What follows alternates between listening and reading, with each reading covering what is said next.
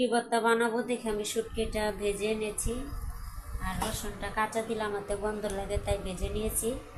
মরিচটা বেটে পরে পেঁয়াজ দিয়ে দিব। আজকে আমি শুটকি ভর্তা করব, লাল মরিচ দিয়ে শুটকি ভর্তা। শুটকি দিয়ে আমি কাটা বেছে নিব, কারণ ভর্তা আমি অল্প বানাবো। শুটকি দুইটা দিয়েছি।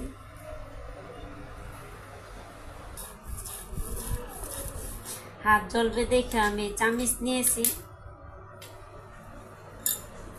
এখন আমি রসুন ভাজাটা দিয়ে দিব, কারণ শুটকির আগে বেটে নিলাম কাটা, তার জন্য আগে বেটে নিব। পাটা দলায় ভাত দিবা কিন্তু আম্মু।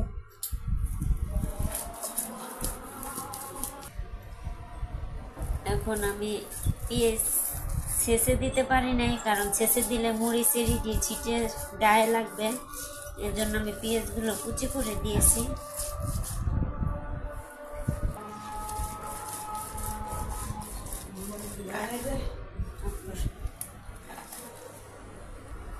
ফাইনাল আমার শুটকি ভর্তাটা হয়ে গেছে।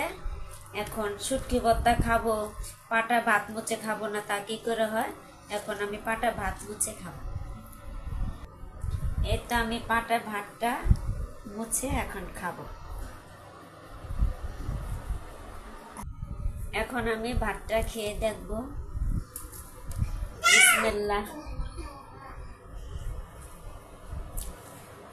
অনেক মজা হয়েছে, আমার ভাগ্নিকেও দিচ্ছি।